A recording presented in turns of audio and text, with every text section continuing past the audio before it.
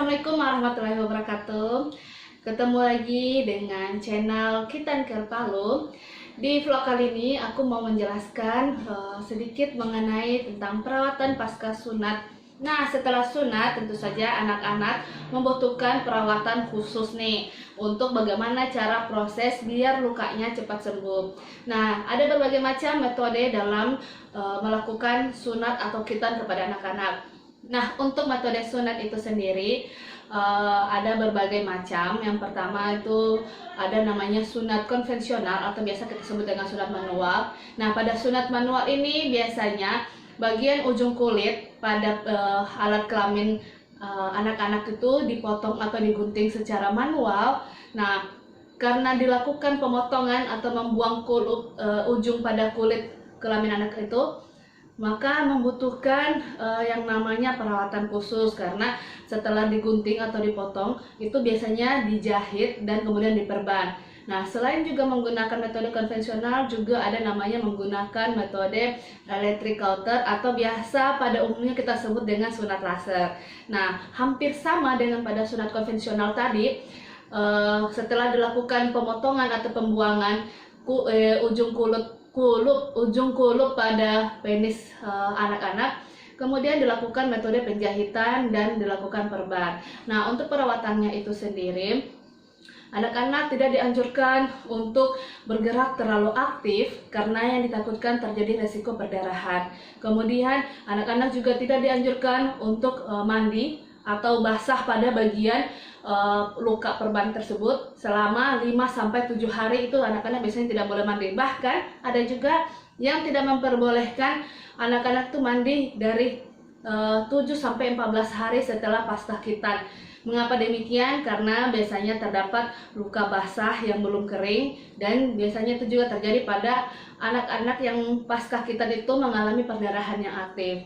Nah, untuk mengatasi perdarahan itu sendiri biasanya kita lakukan dengan melakukan dep atau perban menekan pada daerah yang terjadi perdarahan tersebut. Nah, itu tadi untuk perawatan luka pada metode sunat konvensional ataupun metode cauter elektrik. Nah, untuk perawatan sunat modern, karena dari bahasanya saja itu adalah sunat modern, berarti untuk perawatan lukanya itu tidak terlalu membutuhkan perawatan yang khusus. Karena pada sunat metode modern, di sini untuk sunat metode modern itu saya lebih cenderung ke metode sunat modern super ring. Nah, kenapa super ring?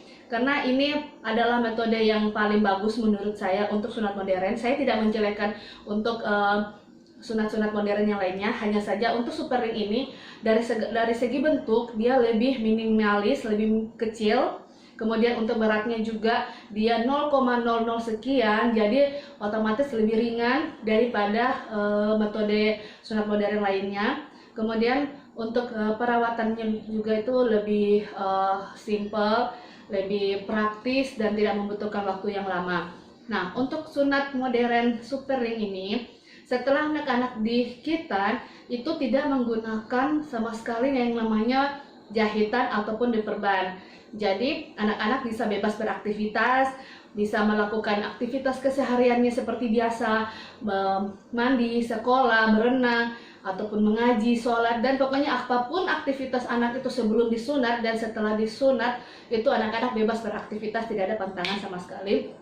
Kemudian hanya saja tetap menjaga jangan sampai aktivitas itu membuat anak-anak tersebut terbentur pada bagian luka sunat itu. Nah, kalaupun terbentur itu tidak terlalu menimbulkan suatu efek yang parah sekali atau perdarahan yang aktif dibandingkan dengan metode-metode konvensional ataupun sunat electric cauter tadi. Nah, kemudian pada sunat modern super ring itu anak-anak bisa berenang langsung, bisa berenang, bisa mandi, tidak ada pantangan sama sekali, dan tidak ada juga perawatan khusus seperti untuk ganti perban ataupun lepas jahitan dan sebagainya. Nah, itu tadi sedikit bagaimana cara perawatan setelah khitan anak-anak. Kemudian selain perawatan luka juga bisa dianjurkan untuk makan buah-buahan, makan yang berserat, makan yang makanan yang bergizi, yang tinggi protein agar luka cepat kering. Oke, itu dia sedikit dari aku bagaimana cara perawatan luka pada anak-anak pasca khitan. Semoga video ini dapat membantu, dapat memberikan edukasi bagi orang tua setelah anaknya di khitan. Oke, thank you dan sampai jumpa.